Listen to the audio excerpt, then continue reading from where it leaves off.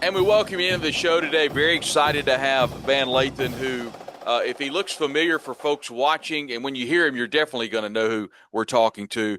It's a very lengthy list, Van, of accomplishments that you've had, Louisianian, and very honored to have you on the show today. Thank you, my man. I appreciate the love, brother. I want to hit a couple of things. We'll get to sports and LSU in just a minute, Van, but it's really cool how you've gotten to where you are, not only in the podcast space, but the television space, the producer space. I'd love to start kind of in the beginning, growing up in Baton Rouge. Obviously, we see and we hear you, an LSU fan. How in the world did you get into? I think there were a couple of jobs in the beginning with TMZ. Now, of course, you're with the Ringer. You're on CNN. You've got your own thing with the different podcasts. How did it kind of start for a kid in Baton Rouge? You know what? Uh, the first job I ever had in the business or the industry was it's kind of by luck. A reality show called College Hill came to Southern University's campus, Southern University, historically black college and university in North Baton Rouge, and I worked on it. I was able to get a job on it. I was able to become a production assistant on that show, and from there, it kind of fostered this belief and thought that I wanted to be a part of the media entertainment game and world. I did not see that in Baton Rouge. So I made a plan. And my plan was to continue to work the shows that were coming to Louisiana, and a lot of them were coming in Louisiana at that time, different movies, things like that, and make connections so I could try to get my way out to LA. That ended up happening when I was 25. I got out to Los Angeles, and for about 4 years, nothing really happened. But I got to TMZ very happenstance in like 2010, 2011. And that kind of was the beginning of my career. It started a little bit late, but it's been going decently ever since. Podcaster, political commentator, producer in film, like you said, hits at TMZ, CNN, the Ringer podcast. And then one of my favorite spots is you join Abby Phillip in an incredible panel where you have so many different views. That's, of course, CNN Newsnight. Really cool show. I want to go back, if we can, just to growing up in Baton Rouge. Uh, Mm. who are some of your idols growing up, and who are some people in this space that has kind of led you down this path to be as successful as you are today? Oh man, what a good question. In the overall entertainment space, it's just too many people to name. They're directors, actors, Yeah. comedians, writers, all What about types of what about people. what about as a young age? Some people that maybe paved the way for you as a young age in Baton Rouge. I'm a Mississippian, so there's not movies right around the corner. Yeah. And there are people that have paved the way for me, and I was curious who might have done that at a young age for you. At a young age, there were guys that were on TV. Vernon Roger, Yeah, you'd see people on television, and you thought that the TV was so far away, but then you see somebody in Piggly Wiggly, or you see them in Winn Dixie, yeah. and you go, "Oh my God, there's a real person that has to be on TV, and you could be that person." And you see these people around locally. Um, and then you want to be one of them. But you know what's funny is it really was the athletes. It really in a real way, it was the guys that you would see go to the local schools in Louisiana, or you'd hear about them from other places, and then all of a sudden you look up and these guys are on TV, they're at LSU, and they're in post game interviews, and it takes a year, 2 years at a place in an incubator, what LSU was, to kind of change you and to have you on after Sports Center or on in the middle of the day on the SEC broadcast. It was kind of the school where Shaq around that time. When I'm a kid, my dad, rest in peace to my father, picks me up and he goes, "Yo, there's something at LSU that you got to see," and it's Shaquille O'Neal. And you see the entire country talking about something that's happening in Baton Rouge. And you go, wait a minute, we're not as small as we think that we are. You can do something here, or you can do something, period, that everyone will have to talk about if you do it in a dominant fashion or with the flair of panache that Shaquille O'Neal had. So growing up, like people locally that inspired me. There were all kinds of people on the news. There were all kinds of people on TV, like Ed Gordon, Bernard Shaw, people like that. Other black men that I looked at in the media and saw myself in. Vernon Roger, not a black man that was on TV every single day in Baton Rouge, and I used to look at him. But a lot of it was the athletes and the guys I saw kicking around LSU and Southern that became bigger than the city. Where I began to find you is, of course, on the podcast space.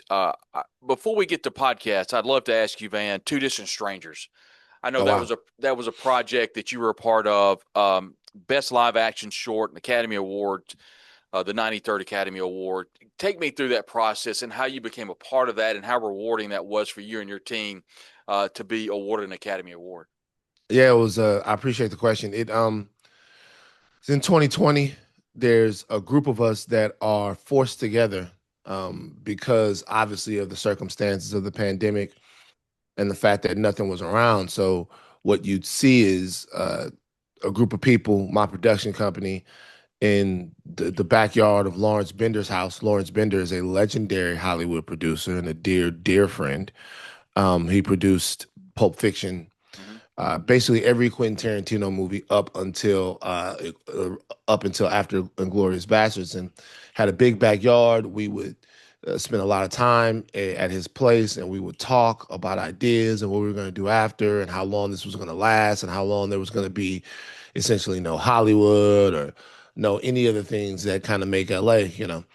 And it was around the time of George Floyd and Breonna Taylor and all of these things happening at the same time. And the writer director of Two Distant Strangers, one of the writer directors, Trayvon Free, is said that we're like in Groundhog's Day. It's happening over and over and over again. And he just created, and we just created. And he comes up with this idea, puts his heart and his soul into it. And if you don't know the movie is a young black man who relives a police interaction every single day. And we wanted to talk about it and express ourselves in a time with art so that people could connect to it. Sometimes when you're having conversations, you're in conversation, you bring a lot of your bias, your upbringing, your programming with you. Everybody does it. It's something that we see right now, in fact, in America, to where we can't say hi to each other almost. But a lot of times with art, you're disarmed by the images, and somebody's point of view, whether you agree with it or not, can seep in. And that's what we did with Two Distant Strangers, and it was just go. We first we need we're going around, we're looking for money. We need a couple $100,000 to get it done, and we can't get it. Obviously, it's the pandemic. Nobody knows how they're going to make their money back. The stuff is tight. And so I look at Trayvon. Trayvon goes, "Look, if you help us with the first day of shooting, then I'll help us with the first day of shooting." So I put in 100,000. He put in 100,000, and then we start go getting money, and we start raising it. We get to Kevin Durant. We get to Mike Conley. We get to different huge names in Hollywood that I don't want to blow them up for supporting the short film, but they supported us. And before you know it, we have enough money to get this done, get that done, get this done. The film's looking pretty good, and lo and behold, you get nominated for an Academy Award. And Yeah, after something like that happens, it just completely changes your outlook in your life. and a lot of the audience that follows me is a sports centric audience, and I would love to Hmm. ask you this, and I've thought about this a lot. And is there any way to quantify what it feels like to see your work rewarded like an Academy Award, the same way you could say, or when LSU wins a national championship, or when Ole Miss gets a big win, or insert sports moment here? Is there any way to put into words all of that hard work, all of that production work that you did, and to be able to have your name called out, or the movie's name called out? Is there any more gratifying thing that we can do as people to be rewarded like that?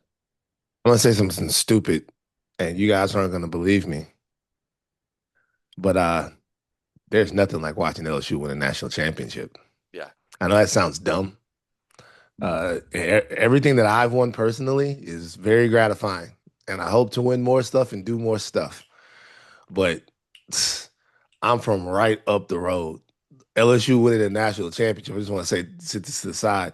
LSU winning is uh like it's a culmination of childhood dreams and cultural power, and every time they do it, it's like the first time. I just love seeing Louisiana celebrate and happy. Yeah. Now, selfishly for me, you just to have watched that ceremony on television, and we won for short, so it's not as if we won Best Picture, and Right. but to watch that your entire life and to love movies and to have produced movies and to make it to legitimately the pinnacle of your profession. We had the best short film in the world that year. I mean, that's just the way that it goes. I mean, Yeah. the Oscars is the highest honor you can win, so it's the best one in the world that year, as deemed by those guys. It was surreal. It was surreal, particularly after you've put so much work into something. You put so much work into something, and you're not really thinking about anything other than that thing. Yeah. And then somebody comes along and says you did a good job, but a really, really, really good job. It just changes your outlook on what you can accomplish. There are a number of podcasts that jumped out to me, but I'll be honest with you, Van. Be sure to follow Van on Twitter at Van Lathan. The Wire down in the hole with Jamel Hill was one of my favorites, man. I mean, Yeah. The Wire is one of the greatest shows. I don't know if you or Bill may have said that it's the greatest show of all time. I Hmm. think I've heard somebody on the Ringerverse say that, but it's one of my favorites. Obviously, the Midnight Boys, Higher Learning with Rachel Lindsay, and then you appear on the rewatchables with Bill Simmons, where I hear you a lot too. You and I share a lot of the same love of movies and a lot of those same movies. The podcast space is something. Obviously, we're on one here. It is really blown up, but you were in the very beginning. What are your thoughts on the podcast space, kind of evolving to a video viewership? People just kind of get their media in a lot of different ways, and the podcast area is one that has blown up over the last couple of years. Yeah, I just think people like to be in conversation. Look, we're constantly litigating the power of conversation in society, like what should be said, what shouldn't be said, how we should talk to each other. But the one thing that's not going to stop is that we're not going to stop talking to each other. We're Yeah, not going to stop having conversations. I can think about growing up and being in a barbershop. It was just one big podcast. So yeah, many different perspectives. Someone who is really educated with someone who is really wise, with someone who is really bombastic, with someone who is trying to be a rabble rouser. And we just sit down and we talk. And one thing that'll never ever be boring is listening to somebody who is passionate about something, describe it and talk about it and get into it, and watching them incite it and watching them kick knowledge, watching how deep they can dive into something. And that's kind of what we do at The Ringer. And that's why podcasting is blowing up, because there are more things to talk about. And brother, there are more podcasts to talk about them. yeah, But I do not think that the art form is going away. I think it's important that for people that want to get into it right now, that they are specific and refined and have something very, very tangible that they can talk about, and a style and a flair that they can bring to it. But I think the explosion that we see right now is indicative of how much people are into things. It's funny. We're talking, and you this is Ole Miss. You're doing Ole Miss podcast. I love, as much as I love LSU, I love watching podcasts about other teams. yeah, Like I love to watch people talk about their teams. Cause you go to the Grove, or you're in Gainesville, or you're at Auburn, you're at Alabama, and you see the people and they have their own tradition. You're at Texas A&M, and they're Texas A&M, and they're doing all the weird stuff that they do. And you see people that have their own, and I wonder, as a curious person, I go, why do you guys do this? What's the significance of this? What does this win mean to you? What's your history with your football culture, your fandom? And to listen to people and know that they feel exactly the same way about their teams that I feel about LSU. They got the same stories, some of them different, but there's a sameness in the uh the excitement that they have and the dedication that they have. I like listening to it, especially after a big loss. yeah, I love to listen to other SEC fan bases after a big loss. I like to wallow in what they're going through and kick them a little bit. yeah. Hip Hop Homicide's another great one, man. Right. That's another great podcast. Uh, I'd be remiss if I didn't ask. It begin thinking watching CNN Newsnight with Abby Phillip, and it was an all-star cast one night. You, Van Jones, Scott Jennings, and it was a very heated debate. And it's so Hmm. interesting. Millions and millions and millions of people are listening to that. Millions of people will download it later. Millions of people are talking about it online. And all I can think about is here's a guy from Baton Rouge who loves Hmm. LSU who just told me that there's nothing like his team winning a national championship. How do you put things into perspective when you're dealing with high level Donald Trump, high level Republican, Democrat, high level issues, but yet at your core, you're still a guy from Baton Rouge? You know what, man? I want everybody that's from the South to take a second and to really appreciate your power. Um, it the reason why when you see a panel like that, the Southern voices cut through is because warts and all, love us or hate us, there's a way that people from our part of the country communicate with each other. There's a way that they communicate, oftentimes in disagreement, but in love and with humanity. When you come from a place where there's not an abundance of resources, you have a different relationship with your community. And obviously, all of that stuff is imperfect and it's Mm-hmm. got a lot of problems, social and cultural and all kinds of things. But when you get a Southerner on a panel with a bunch of Yankees, you hear something different. We talk very plainly. We are wise as well as smart. A lot of the wisdom that's passed down is passed down generationally from a lot of people who had really, really hard lives. Tough living makes sharp minds. Yeah. And so for me, when I'm up there, I feel completely comfortable in being completely and totally myself. And that is enough. There are no Ivy League degrees. There's no Northern finishing school. There's none of that stuff. There's a guy from Louisiana who sees the world in a very specific way. And if you don't agree with my politics, that's okay. The reality is that there is a baseline of me caring about people that I hope you can understand influences how I look at the world. But when you're sitting right there, because and now when you got the makeup on, there's the shyness. The first time you do it, I'm gonna be honest with you. The first time you do it, it's like, okay, Abby's up in 10, 9, and you're like, oh my God. Yeah. Um, but like anything else, the camera melts, you're right there in it. The suits go away, the CNN goes away. You're just in a place talking to people, and it's something I've been doing my whole life. And one thing is what I love and I've always appreciated about you is you're never apologized to be from the South. You never apologize being from Louisiana. In fact, you embrace that, and that means a lot to me. And I know it means a lot to other Southerners because at the end of the day, we're all a collective group. Van, I've got to ask about LSU. Growing up in Baton Rouge, kind Yeah. of circling back Mm, to that. A lot happened with the dismissal of Brian Kelly, and then we saw sure. the governor Jeff Landry come out and do what Jeff Landry does, and we've since seen Vern Osbury now is the acting AD, a new president. It feels like things are kind of working themselves out. In the very beginning, though, there was a lot of it's okay, it's just Louisiana. That's just the way things happen. What do you think when people say that? Um, First of all, I appreciate the optimism that things are working themselves out. It still seems like something that is deeply dysfunctional, but I'm going to hope, trust, and pray that we get to a place where we have a normal coaching search. Yeah, man, it what I want more than anything is for people to understand um like what LSU football means to us. And this sounds so stupid, but just like can we not like Texas A&M comes to Baton Rouge and like I said on Ringer Tailgate, they conquered Baton Rouge. It wasn't a loss. Yeah, They cleared our stadium out.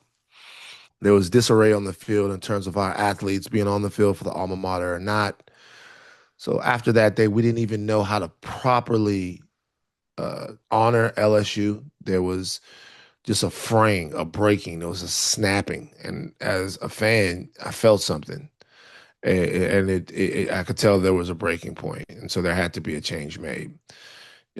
Coach Kelly deserves a lot of credit for changing the university in terms of what it was when he got there after Coach Ogeron was gone to what it is now, getting LSU back to some stability. But stability is not the measure in the market. LSU, it's excellence in competition. It's not like LSU is we win a national champ every year type of school, but every single year we play with snap, pride, swagger, and passion. That's got to come back.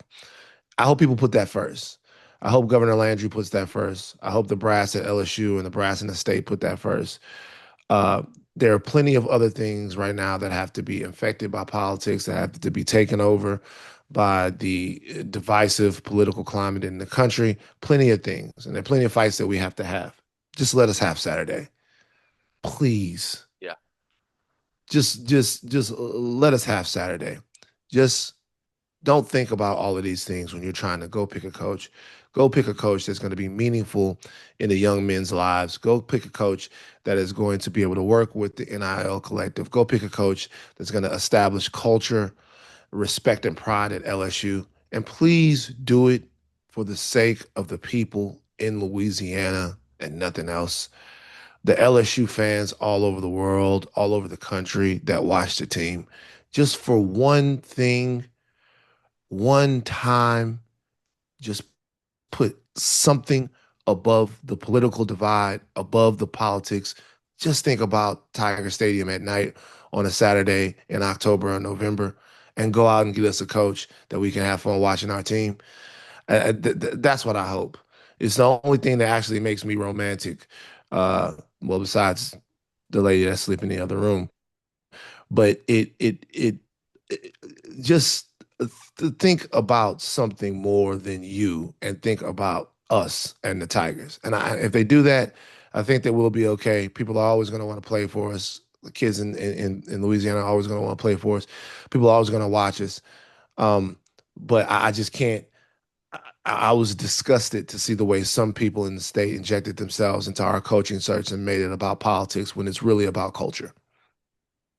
Van, we all, and I say we as a collective member of our respective states, Mississippi, Louisiana in this case, we all have warts. We all have beautiful diamonds that shine.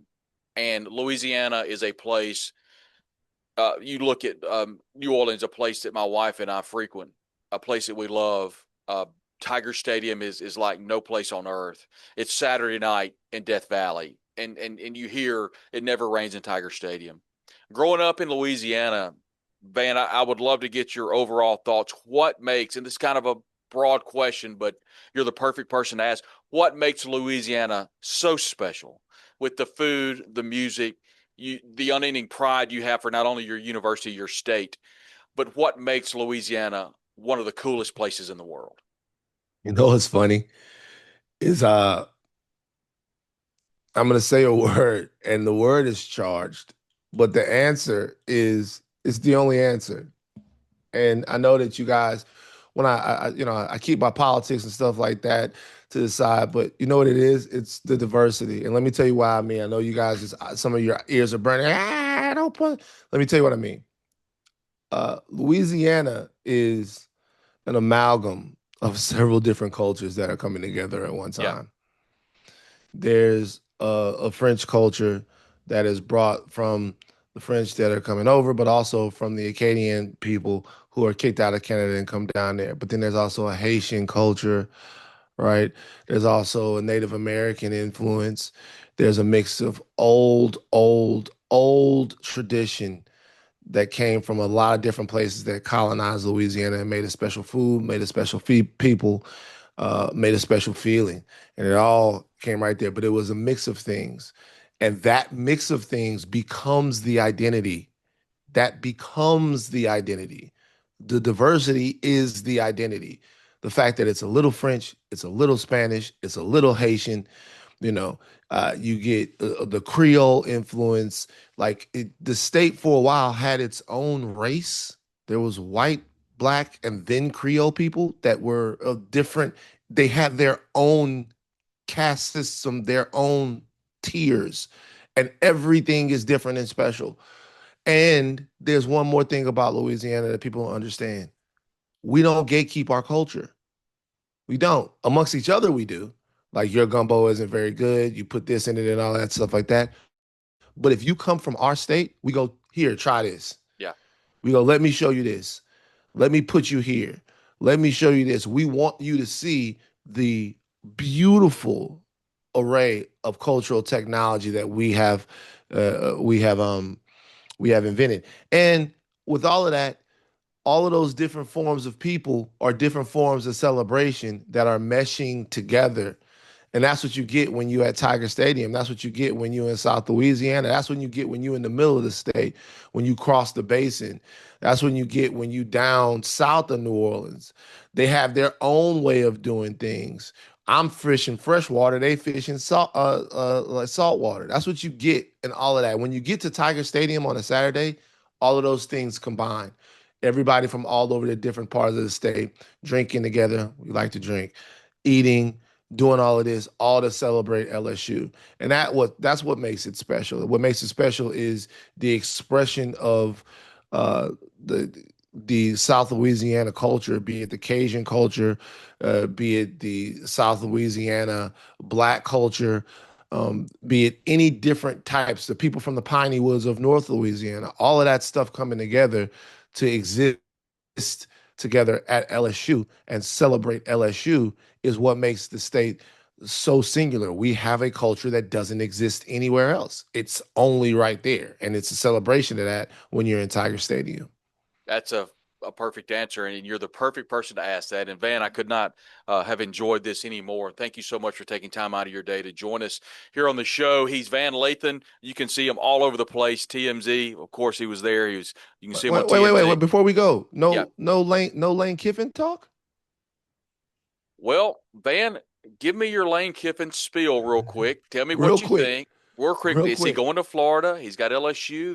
There's all these jobs all over the place. I apologize. What's your Lane No, Kiffin it's spiel? okay. I just want to say this real quick. Lane, think about it before you make a move. I was in Oxford a couple years ago, the Ryan Russillo podcast. Someone asked whether or not Lane Kiffin would leave Ole Miss. And I said this: Lane Kiffin can win a national championship at Ole Miss.